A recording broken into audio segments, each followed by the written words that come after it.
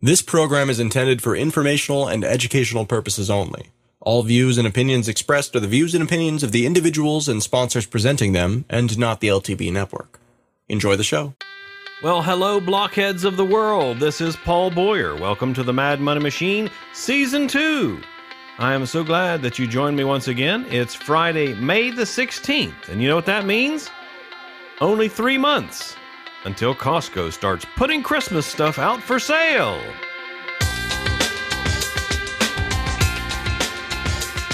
Broadcasting from the Bitcoin bunker, 6 blocks below, brandishing the blockchain to fight good versus evil. This is Bitcoin versus the man. This is the battle of the century. This is the Mad Money Machine. I am so glad to be back at the Mad Money Machine microphone here at the Mad Money Machine corporate towers in the MMM Business Park. It is great to be here with you once again. I've got a lot to get to, and I'm looking forward to the new season of the Mad Money Machine.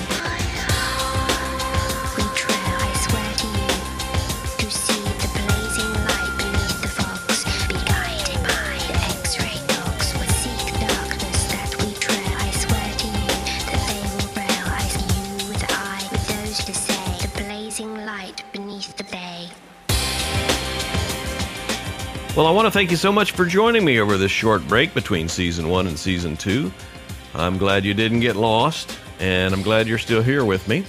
And if you're like me, and I know I am, then you've probably been to a lot of social events over the past few weeks. You've seen some old friends at various parties and things.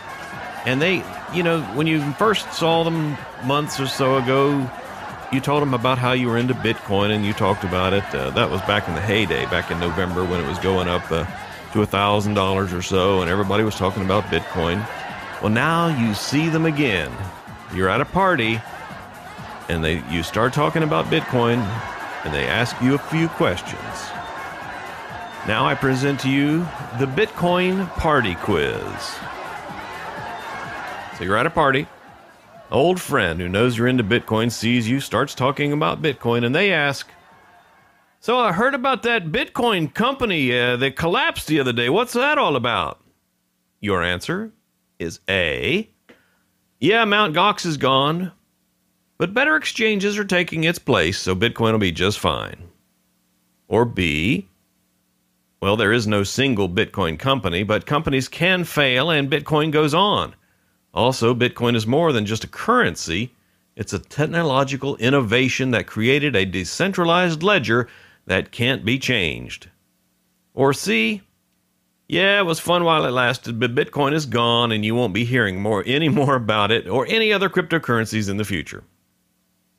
Well, you're at a party, and an old friend who knows you're into Bitcoin sees you, and you start talking about Bitcoin, and they ask, "Well, why are Bitcoins worth anything? They're just bits." You answer, A, "Yeah, but they're very unique bits, and there will only ever be 21 million Bitcoin ever made."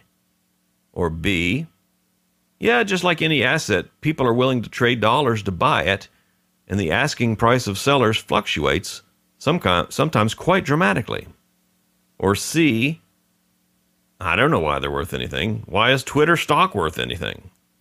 Well, you're at a party, and an old friend who knows you're into Bitcoin sees you, and you start talking about Bitcoin, and they ask, "Can't Bitcoins just be copied? What's to stop somebody from just making a copy?"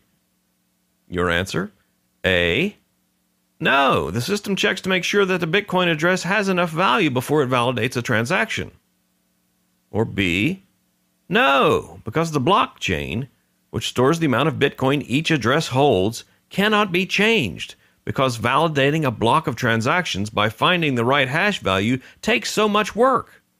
Or C, "Yeah, that could happen if somebody took over the majority of Bitcoin nodes on the network, which is called a 51% attack."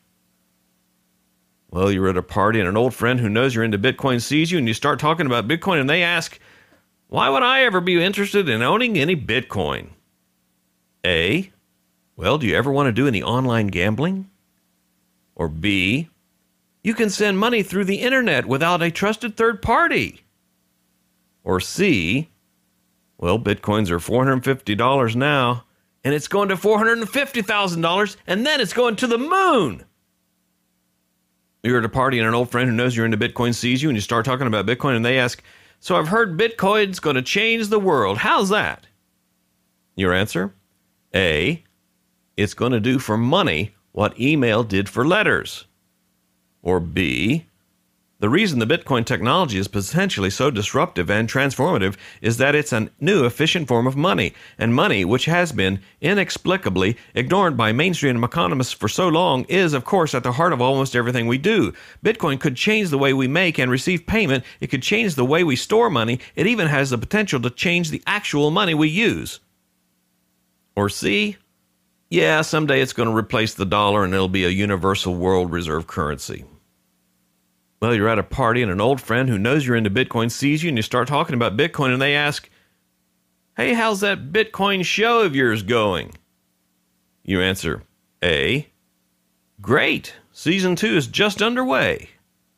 Or B, great, lots of people are commenting on how much they like the show. Or C, actually not so great. Nobody is donating any significant money to help support the show. Let's turn our attention now to some items of news, some items about Bitcoin in the news. Here's one from a few weeks ago, since the last episode of the Mad Money Machine. Fox News reports, Department of Defense to study Bitcoin as possible terrorist threat. A division within the Department of Defense is investigating whether the digital currency Bitcoin is a possible terrorist threat. And I think they've gone a little too far here. And the actual article is in Bitcoin Magazine. Brian Cohen published the article. U.S. Navy preparing Bitcoin Battalion. And I'm scrolling down a little bit.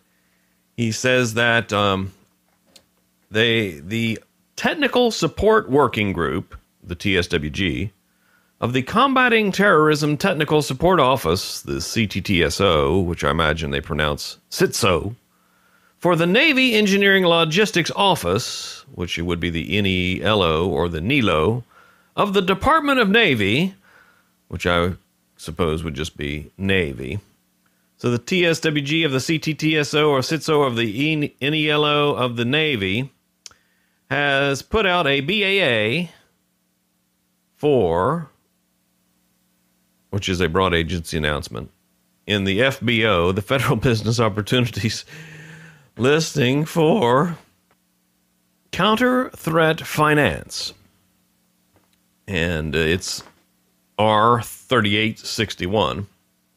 This requirement is for innovative material and non-material solutions, which is, doesn't that take every possible solution into consideration? Therefore, why even say it? Material and non-material solutions. Be like saying, we're looking for expensive and inexpensive solutions. Or it's like saying, we're looking for large solutions and non-large solutions to develop and or enhance new concepts and constructs for understanding the role of virtual currencies in threat finance. The world's population grew by more than 1 billion people between 2010 and 2013, and by 2020, the number of internet users is expected to double. Radical connectivity is blurring national lines and facilitating the transfer of virtual currency between otherwise disparate non-state actors. Non-state actor. All right. The introduction of virtual currency will likely shape threat finance by increasing the opaqueness, transactional velocity, and overall efficiencies of terrorist attacks. Who writes this stuff? This requirement will explore the unique and required skills necessary to understand and react to the rapidly evolving architecture of threat finance networks within a radically connected hybrid warfare context, and will develop solutions to combat vulnerabilities posed by virtual currencies.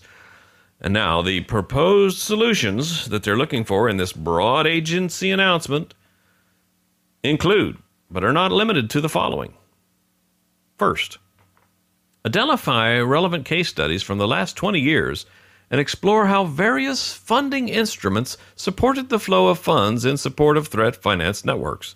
Determine the extent to which nature, trajectory, velocity, and decision-making supporting funds flows change with the introduction of virtual currencies into systems.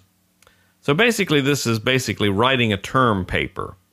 You know, here's the little question we're going to ask you. You write us a little term paper identifying relevant case studies from the last 20 years and exploring a bunch of things and putting out hypotheses. How much money are you going to get for writing this term paper, though? Unlike a college student who pays money to write the term paper, you, O contractor, are going to get money for writing this term paper. Basically, this is welfare for business students, business majors. The second proposed solution should consider determine the types of red flags that have emerged during the introduction of virtual currencies. Determine how these warning signs are being incorporated into future efforts to track out ongoing funds flows supporting threat finance-based business models. Determine how virtual currencies might alter threat finance models and whether it is possible to predict changes in its architecture. Again, basically put together some PowerPoint slides for us and then write it all up in a little paper that you put in those little plastic binders, you know, with all the little plastic tongues that go through all the little holes in the side of the paper, and make it look real pretty for us, because at the end of 6 or 8 months, we want you to come in, brief us with your PowerPoint slides, hand over the paper, which we'll kind of thumb through, and then we'll put it on our shelf and award the next contract. Next proposed solution, determine how this information might be used to model and test the flow of funds using virtual currency for use both in predicting future attacks and in developing and deploying disruptive strategies to prevent them.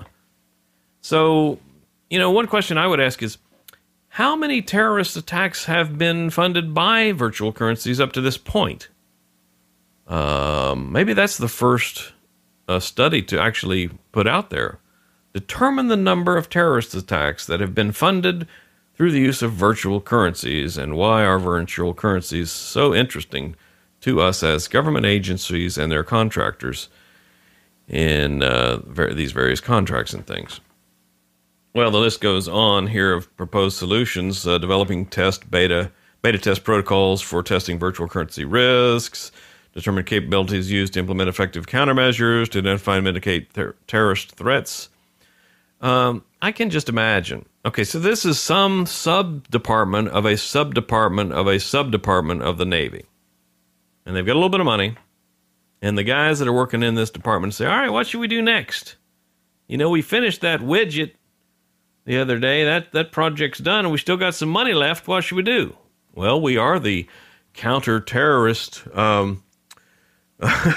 organization. We are the combating terrorism technical support office. So what threats could there be out there that might be a little fun to work on? You know, there's Twitter.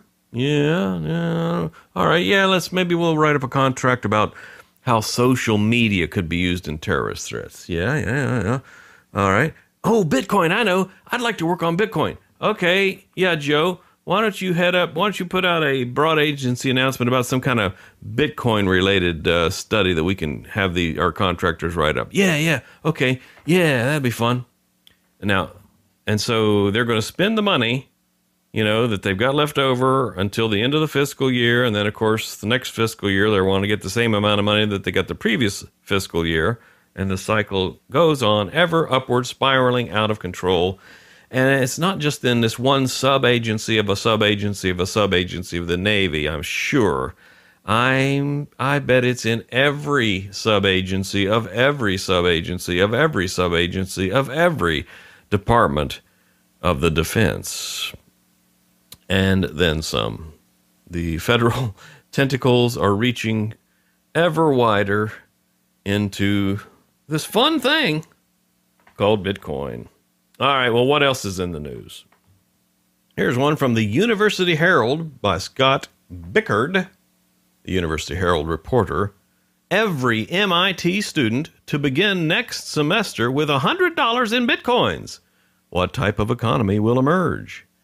He writes, handing every undergraduate student $100 in Bitcoins and watching them go sounds like a plan for disaster at nearly every other institution besides MIT. Students at the technical college are used to handling projects beyond their years. They're also the ones who usually dream up such ideas. And he goes on to write about, Facebook and the Winklevoss twins and all this sort of stuff. So next semester, every student, every undergrad at MIT is going to get $100 worth of Bitcoins. It turns out to be that they've got about 4,529 undergraduate students there. So that would be about $500,000. And they say in order to execute the plan, MIT had to adapt local and campus stores to accept Bitcoin. They're also bringing in Bitcoin representatives for an expo on May 3rd just to make sure students are as knowledgeable about the currency as they claim. Half of the money was provided by Alexander Morkos, a former student who started his own trading company, and the rest of the money was split between about 24 alumni, according to VentureBeat. He writes, what type of ecosystem will emerge? I'd imagine some students will be very careful in releasing their Bitcoins, while others could use them as tantalizing bargaining chips. Likely, an unofficial that soon becomes official contest will emerge, tracking the students with the most Bitcoins. When you step onto campus this fall, all of your classmates are going to have access to Bitcoin. What are you going to build to give them interesting ways to use it? Was the question asked. Well, indeed, it will be interesting to see what the MIT students come up with their $100 of Bitcoins. Although if you're an MIT student, I imagine $100 is quite insignificant compared to the tuition you have to pay just to get into the school.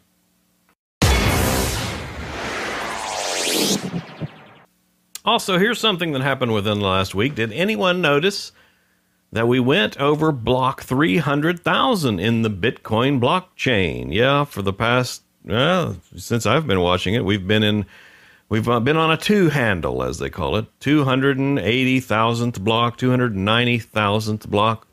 Well, within the past week, we jumped over. We finally hit that 300,000th block chained together of transactions. You can go to blockchain.info, and right there you'll see the number of blocks emerging is got a 3 handle on it now. Congratulations, Bitcoin. You're 300,000 blocks old. Article in Coin Report. Roger Ver says he thinks Amazon will accept Bitcoin by the end of the year. I'll take you up on that bet, Roger Ver. I think they've already said they won't, and I'm pretty sure they'll stick to their guns on that one. I know Overstock is accepting it. I know Tiger Direct is accepting it. But Amazon has got its own ideas on how it wants to rule the world, and I believe Bitcoin is not a part of those plans. Here's one that crossed the news desk out at Coindesk.com. Winklevoss twins plan NASDAQ listing for Bitcoin ETF in a new SEC filing. Well, they did file, apparently, to have their exchange-traded fund listed on the NASDAQ stock exchange. And the article says if SEC gives its final approval, investors will be able to buy into the fund and participate by owning shares of Bitcoins. So this is very similar to a number of other exchange-traded funds that are on NASDAQ. IAU or GLD, both of those are exchange-traded funds that allow you to own shares of gold. And they supposedly, track the exchange price of actual gold very closely. And they do correlate somewhat. Of course, the difference is when you own a gold bar and store it in your locker for 20 years, At the end of it, you still have a gold bar, whereas at the end of 20 years, holding a bar full of exchange-traded funds, at the end of 20 years, you would own somewhat less than a gold bar because of all the fees that you're paying to the managers and to the bureaucrats and the hangers-on and the finance people that are running the company that manage the gold ETF. Now, of course, convenience comes at a cost. It's maybe a lot harder to store the gold yourself, and maybe at the end of 20 years, you open up your locker and you realize, uh-oh, where'd the gold bar go? Uh-oh, I haven't looked in the locker for the last 15 years. When I looked in the locker 15 years ago, the gold bar was there. Now the gold bar's not there anymore. I suppose the same thing could happen with an ETF. But the Winklevoss twins are going to have their... I hope they don't give it the ticker symbol WINK, wink, like their WinkDex, the exchange index tracking Bitcoin, WinkDex. I hope they don't give it the ticker symbol wink. Please make it BTC or BIT or B-coin or something, not wink. You're listening to Paul Boyer's Mad Money Machine.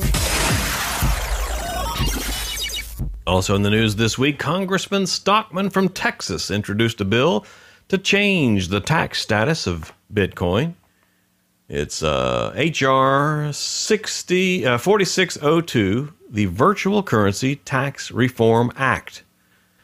And it says to change the tax status of virtual currencies from property to foreign currency. Be it enacted by the Senate and House of Representatives of the United States of America in Congress assembled.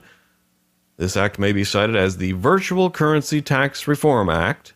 Section 2, Congressional Findings, says Congress finds that classifying virtual currencies as property subjects users to capital gains tax on any transaction using the virtual currency based on any gain or loss relative to the change in the virtual currency's value from the time of purchase.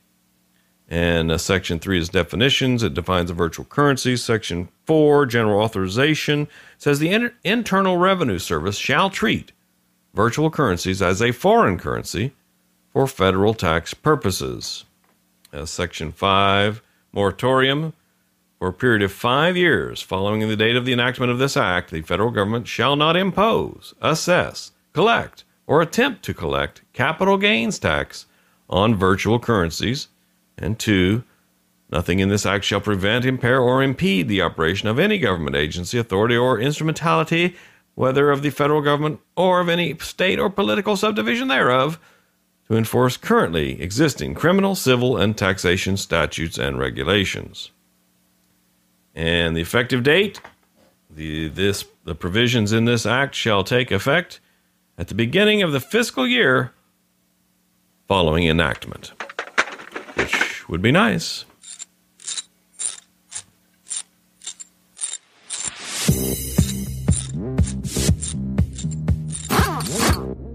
Enough of the news. Let's pull something out of the Mad Money Machine Bitcoin Tool Crib.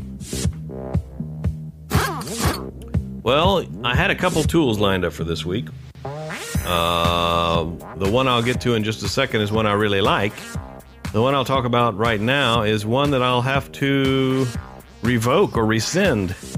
I was going to talk about Bitty, which an article at CoinDesk talked about. It says the Bitty, B-I-T-Y, app sneaks iOS Bitcoin transactions under Apple's radar. And it's actually an iOS app in the Apple App Store for iPhones and iPads that allows you, yes indeed, to make a Bitcoin transaction. You can send Bitcoin, supposedly, through this app. I haven't tested it, fortunately, because just a couple hours after the CoinDesk article came out, Andreas M. Antonopoulos of blockchain.info, the security officer there, said, warning, do not use third-party apps to verify, to link to your accounts at blockchain.info. I mean, basically what you have to do in the app is you have to give the app your blockchain info credentials. Of according to Andreas in Antonopoulos in the warning. And I haven't confirmed that it's true, but I will take him at his word for now. And when I first looked at it, I thought, I really don't want to put any of my blockchain info into this app, which is what caused me to hesitate doing it, and I guess I'm glad I did. So, Bitty is not the Madman Machine tool of the week. What is the Madman Machine tool of the week? It is a tool that I've been using ever since episode 1 of the newly crafted Madman Machine, going all the way back to December of 2013. It's a tool, it's not really Bitcoin related, but it is a great tool, and I'm using it right now. I'm actually looking at it right this second. It's an outliner tool. I've used outlines ever since the original IBM PC with the monochromatic display. I think I had one that was green on a black background, green text. Looked like the Matrix, now that I think about it. Was it a CGA, or maybe I had the EGA display at the time? All character-based, no graphics. Now, I had a tool back then that was an outliner, and I loved it. If I recall, it was the brown bag outline or PC outline, one of those tools. You really just keep your information all in one place. You can collapse it, expand it, have sublevels. Well, finally, there's one that's for the web, and it's Fargo.io. Fargo at Fargo.io, written by Dave Weiner, the inventor of podcasting, along with Adam Curry. He now has this outliner, which in the last week, I understand NPR has taken up using it for some of their blogs. I don't use it for blog, I just use it to keep my own information. Every show, I create a new outline, and I put all the sections in there, and I copy URL links into the subheadings, and it's a great way to organize my information. Just love it. Love outliners. I wish it worked better on iPhone. I mean, you can browse to the outline using your iPhone, but I wish there was a native app for it that would make it run better. Nonetheless, the price is right, because just like the best things in life, Fargo at Fargo.io is free. The best things in life are free. You can keep it for the birds and bees. Now give me money. Now give me money. That's what I want.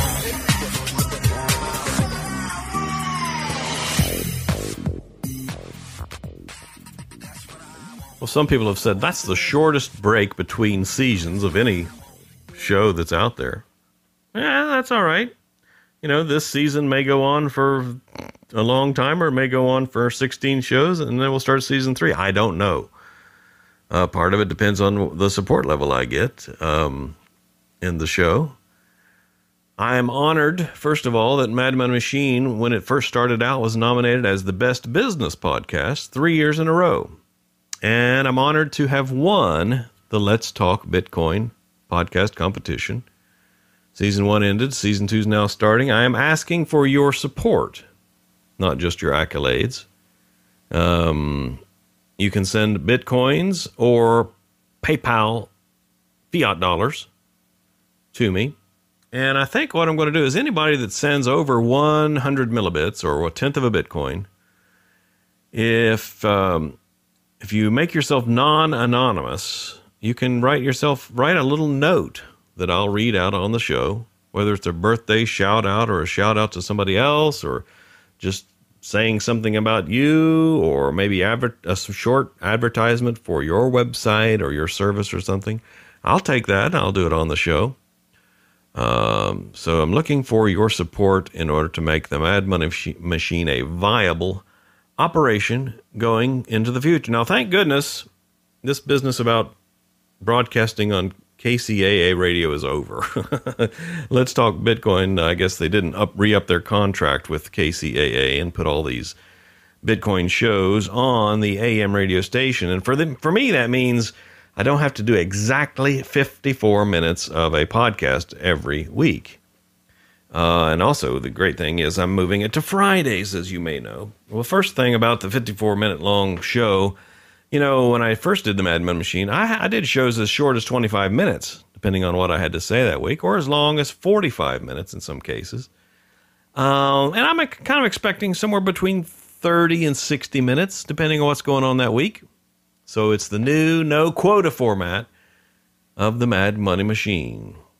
And I don't think anyone other than that one lady out in California was listening to KCAA radio, and she wasn't even interested in Bitcoin, but she was listening. And yes, I've changed the deadline for the show. It was on Tuesdays out there in California.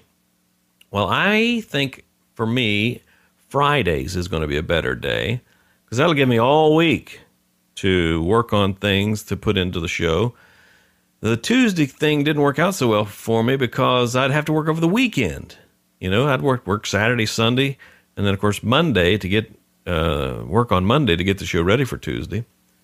So I like the weekends off, too, and I prefer to release it on Friday, if you don't mind. I'd like to get it out by Friday, 3 p.m. Eastern Time. That way, if you're in the office and you can download it on your iPhone, you can listen to it on your commute back home. Or you can have it for your lawn mowing or gardening or house cleaning on Saturdays and Sundays. Or you can have it ready for your Monday morning commute, if you like to do it that way. Or just relaxing. I actually listen to some podcasts to put me to sleep. And it works great. The problem is I wake up and the podcast is over and I don't know where I left off, so I have to kind of rewind it. But some podcasts are really actually great for going to sleep with. I don't know about this one because I make so much noise in it and it wakes people back up. Anyway. This will be the season 2, I think, is going to be new follow the money topics. Bitcoin, certainly. Cryptocurrencies, absolutely. Blockchain 2.0 stuff, yes. Investing in Bitcoin, of course. Investing principles. We'll cover all of these things in the Mad Money Machine. I'll continue to experiment on this show. And I'll continue to offend people. I'm not afraid to offend people. And even people who have donated money, quite frankly, I will offend. And I'll start with this episode. I will offend some of you right in this very episode. I've already offended some of you workers in the CTTSO, I suppose. And I'll continue to offend later in this episode. But I do need to defray expenses. I need significant donations, not just tips. And in that regard, I'd like to announce our very first Mad Money Machine Hall of Fame member, Jerry Liu from Herndon, Virginia. He writes in using BitPay. Thank you for producing this wonderful show. Happy to be a part of this grand experiment. Nice talking to you at the Northern Virginia Bitcoin Meetup. Looking forward to seeing you again sometime. He sent 2.5 Bitcoin to help support the Mad Money Machine. Welcome to the Mad Money Machine Hall of Fame, Jerry Liu. Thank you so very much for your support. That is exactly the kind of support I'm looking for from listeners like you.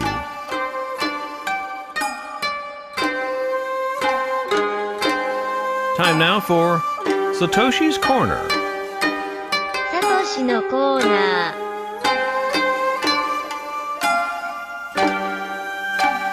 Aha! You thought Satoshi's Corner was going to end with the reading of the white paper, didn't you? Bitcoin, a peer-to-peer electronic cash system. Well, it doesn't have to end because we have the mailing list of Satoshi's early emails available, going all the way back to the 1st of November 2008, when he wrote, I've been working on a new electronic cash system that's fully peer-to-peer with no trusted third party. The paper is available at bitcoin.org/bitcoin.pdf. The main properties are double spending is prevented with a peer-to-peer network, no mint or other trusted parties. Participants can be anonymous. New coins are made from Hashcash style proof of work, and the proof of work for new coin generation also powers the network to prevent double spending. And he lists out the abstract of the paper, from the paper, and sends it off to the mailing list. Well, the very next day, a gentleman by the name of James A. Donald, Sunday, 2nd of November, 2008, wrote, he quotes Satoshi and saying he's been working on a new system with no trusted third party. And he said, James Donald says, we very, very much need such a system. But the way I understand your proposal, it does not seem to scale to the required size. For transferable proof of work tokens to have value, they must have monetary value. To have monetary value, they must be transferred within a very large network. For example, a file trading network akin to BitTorrent. To detect and reject a double spending event in a timely manner, one must have most past transactions of the coins in the transaction, which, naively implemented, requires each peer-to-peer to have most past transactions, or most past transactions that occurred recently. If hundreds of millions of people are doing transactions, that's a lot of bandwidth, and each must know all or a substantial part thereof. And very interesting critique that James Donald wrote there. Then on the next day, John Levine, or Levine, or Levin, Monday, 3rd of November, wrote, and he quotes here, he quotes from the paper, as long as honest nodes control the most CPU power on the network, they can generate the longest chain and outpace any attackers. And John writes, but they don't. Bad guys routinely control zombie farms of 100,000 machines or more. People I know who run a blacklist of spam sending zombies tell me they often see 1 million new zombies a day. This is the same reason that Hashcash can't work on today's internet. The good guys have vastly less computational firepower than the bad guys. I also have my doubts about other issues, but this one is a killer. Regards, John. And then Satoshi responded to the first one that said we very, very much need such a system, and that, it couldn't scale. Satoshi writes, long before the network gets anywhere near as large as that, it would be safe for users to use simplified payment verification, which is in section 8 of the paper, to check for double spending, which only requires having the chain of block headers, or about 12 kilobytes per day. Only people trying to create new coins would need to run network nodes. At first, most users would run network nodes, but as the network grows beyond a certain point, it would be left more and more to specialists with server farms of specialized hardware. A server farm would only need to have one node on the network, and the rest of the LAN interconnects with that one node.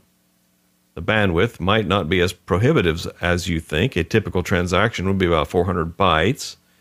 That is, ECC is nicely compact. He says each transaction has to be broadcast twice. So let's say 1 kilobyte per transaction. Visa processes 37 billion transactions, or processed it in 2008, or an average 100 million transactions per day. That many transactions would take 100 gigabytes of bandwidth, or the size of 12 DVD or 2 HD quality movies, or about $18 worth of bandwidth at current prices. If the network were to get that big, it would take several years, and by then, sending 2 HD movies over the internet would probably not seem like a big deal. Satoshi Nakamoto. Well, it's interesting here, reading this, because we've always talked about how, Satoshi's original vision was everybody runs blockchain nodes and everybody performs the proof of work and it doesn't get centrally controlled. Well, here, he's actually sort of saying, yeah, it does get specialized. The mining of coins and the validating and the processing of the entire blockchain is handled by specialized people out on the nodes. So it's very interesting. And that is today's Satoshi's Corner.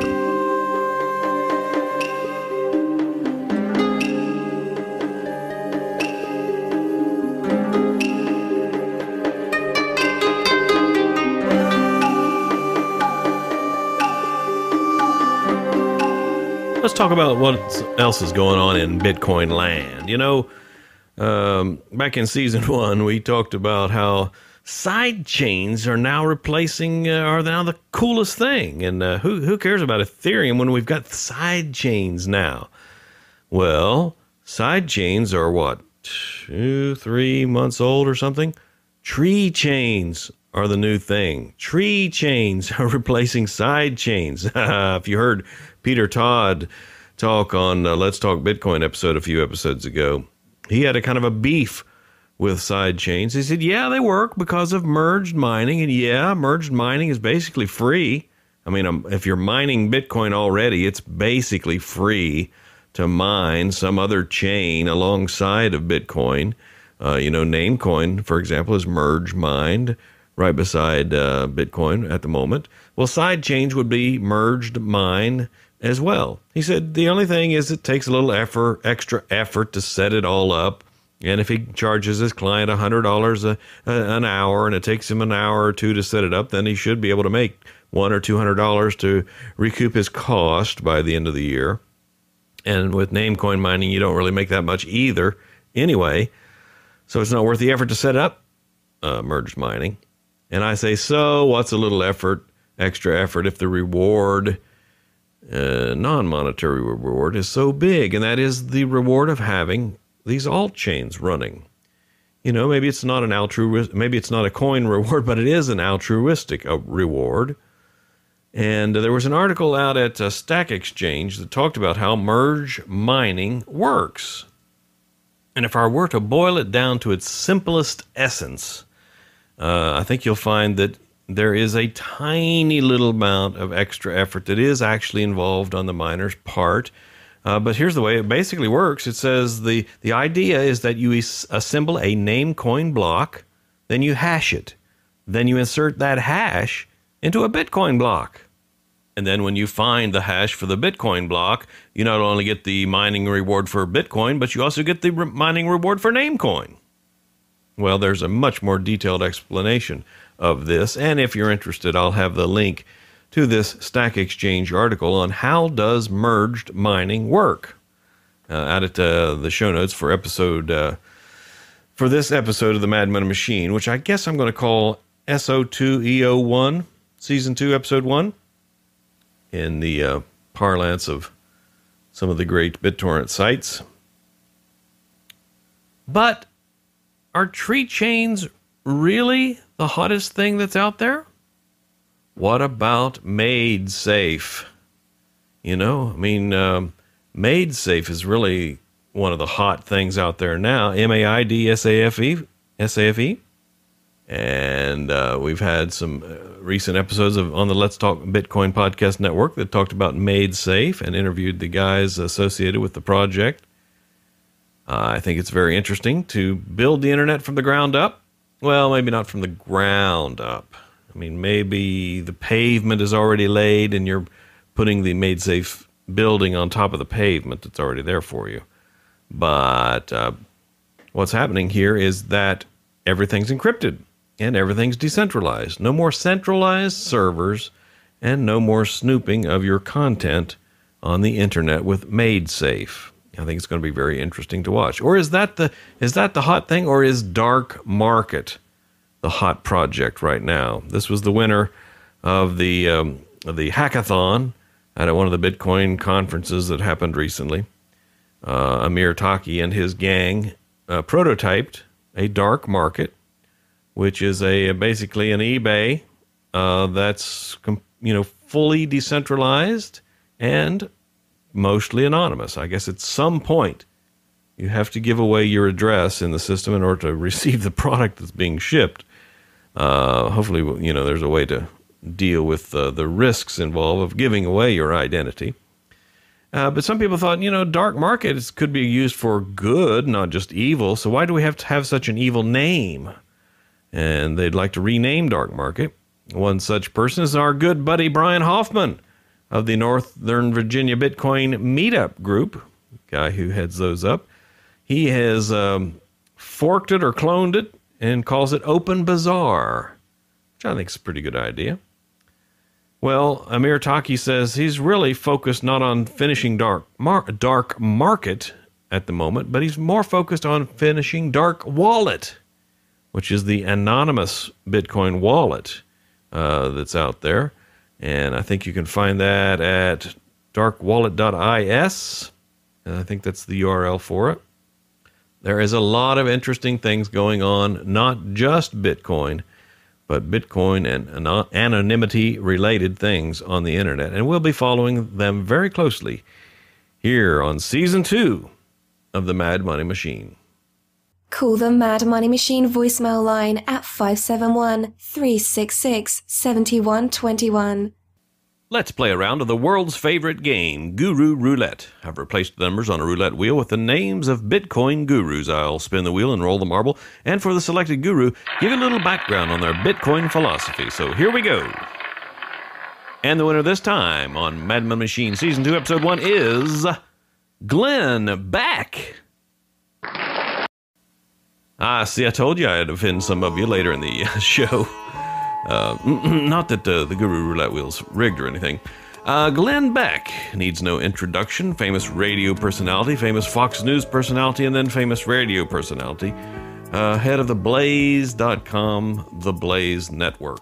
Well, you may have seen some of the goings-ons. He's been talking about Bitcoin. He had Jeffrey Tucker, Elizabeth Plochet of the Bitcoin Foundation, and Christoph Atlas, author of Anonymous Bitcoin, on his TV show recently. Now, actually, before that, on his radio show, Glenn Beck talked about how he went to San Francisco area and had a meeting with some of the top technology gurus, including the guys from Andreessen Horowitz, the investment venture capitalist firm. He came away quite impressed about Bitcoin and realized he doesn't really know much about it. But here's a little segment from the TV show where he interviewed those three people. And the reason why I wanted to do this show is, and I hope this is just the beginning of a long relationship of trying to understand these things. America's either going to go into authoritarianism, the world is, authoritarianism, or it's going to be freer than it ever has been. And I'm counting on technology to empower people like they've never been able to. At which point everybody there is nodding their heads up and down. So if we just look at this chalkboard, which they showed for a few seconds and then never really got back to it. The only thing really is up at the top that I think we need to cover is you get rid of the banks, right? Yeah. You get rid of the Federal Reserve, all of the central banks. Yes. You get rid of all of the stuff we think we need now because of old technology. And it is... The dollar is old technology. That's a good way to put it. It's almost just a barter system, right? Trustless peer-to-peer system, direct transfer of funds, no trust in one central point of failure. So I talked to my kids when I came home from Silicon Valley, and I said, kids, I want you to understand, they're in their 20s, and I said, I want you to understand, Dad knows nothing on this. This is just my gut. At which point I would say, hey, Glenn, you need to listen to the Mad Money Machine, especially Season 1, where we went through Satoshi's white paper. But I'm taking some of my money and I'm investing in Bitcoin, and I recommend any money that you have, you put a reasonable amount in Bitcoin, because if it works, A, it will guarantee some freedom, and B, it won't collapse as the system collapses, and C, it will go up in value, correct? Correct. And so it's a risky, I guess, at this point, but it's almost like looking at Edison and going, I just saw this light bulb and I don't even know how that works yet, but I think if it works, it's going to be huge. Well, now, Gavin Andreessen, former lead developer of the Bitcoin Foundation, wasn't there, but if he were, he would say, now, Glenn, hold on, don't put any more into Bitcoin than you're afraid to lose, because the system is risky, and it could, it could go to zero. And just be very cautious. And, of course, learn how it all works. Learn how to secure your system if you're going to put it on your own system. Or, learn what third-party systems that you can definitely trust with your Bitcoin. And then, but the other side of that is, this is what my kids said to me. if I said I want to invest, $10,000 or $5,000, it's not the same as telling my 25-year-old kids, hey, $5,000. That's a lot of money. They said, but what happens if it doesn't work? And what happens if it goes down? And I said, well, then you lose your investment. There is no FDIC on this. But let me go to the flip side. I think it was Crete or Greece, where they said, we're going to start taking your savings. Cyprus, that's what it was. Going into individuals' banking accounts. And a lot of people put their money into Bitcoin, right? Right, in April. That's why we had one of the major price bubbles that took place. But this is, again, a movement to give power to people around the world who can't depend on governments or even banks protecting their funds. Could we continue this conversation in greater detail and try to break this up? Because, I do at this point. I don't see anything being able to free man. There is a currency collapse possible globally. It could happen. It could happen, and it grows more and more likely every day. And I don't see anybody doing anything but grabbing power and saying, you'll use this. This is the only path that I see towards The other freedom. problem is the system as it exists is probably not going to be reformed to prevent it. No, we know this. I The know. political elite are not interested in a gold standard. I know they're not. They're just not going to do So it. I would love to be able to continue this conversation with you. I thank you guys so much for coming down. Thanks for having us. Thanks for having us. Thanks. Well, it has been very interesting watching the evolution of Glenn Beck from a hardcore Republican to a hardcore libertarian. And he's really on board with Bitcoin, and I think he really is generally interested in it. You know what he needs to do next? He needs to set up a BitPay account and put some links on his website and allow people to donate Bitcoin to him in order to support his Blaze network. Just like Mad Money Machine has a button on its webpage at madmoneymachine.com.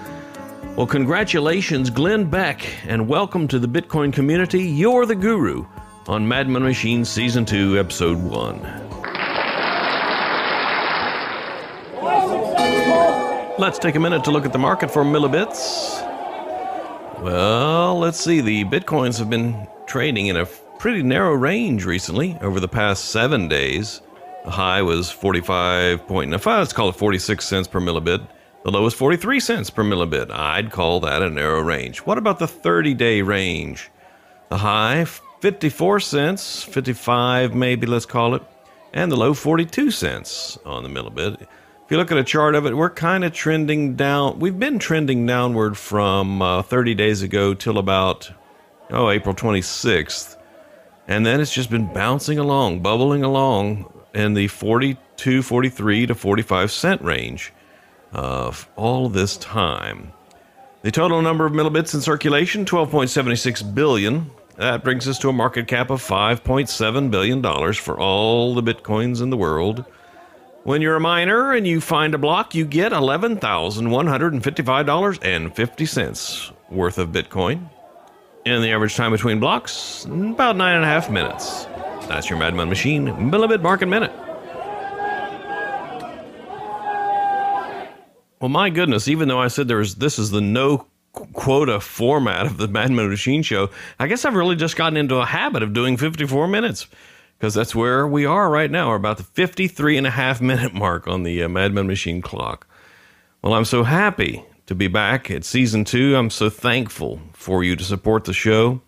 It's great doing this. I have a lot of fun with it, and I hope to get some informative information out to you about Bitcoin and cryptocurrencies and all the anonymity features that are coming down the pipe to help us remain free on the internet. Thank you so much.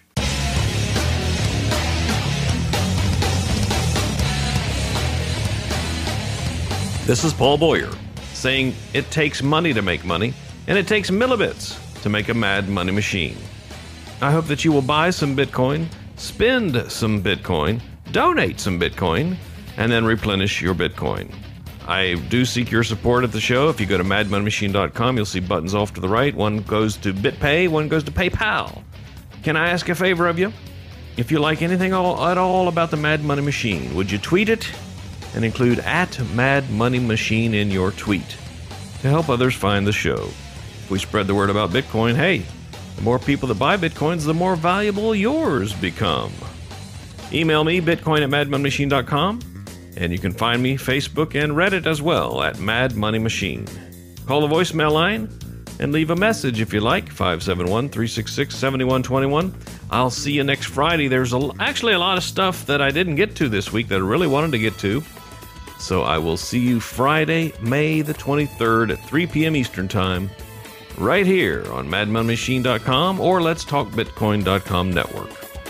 Thanks again. We'll see you next time.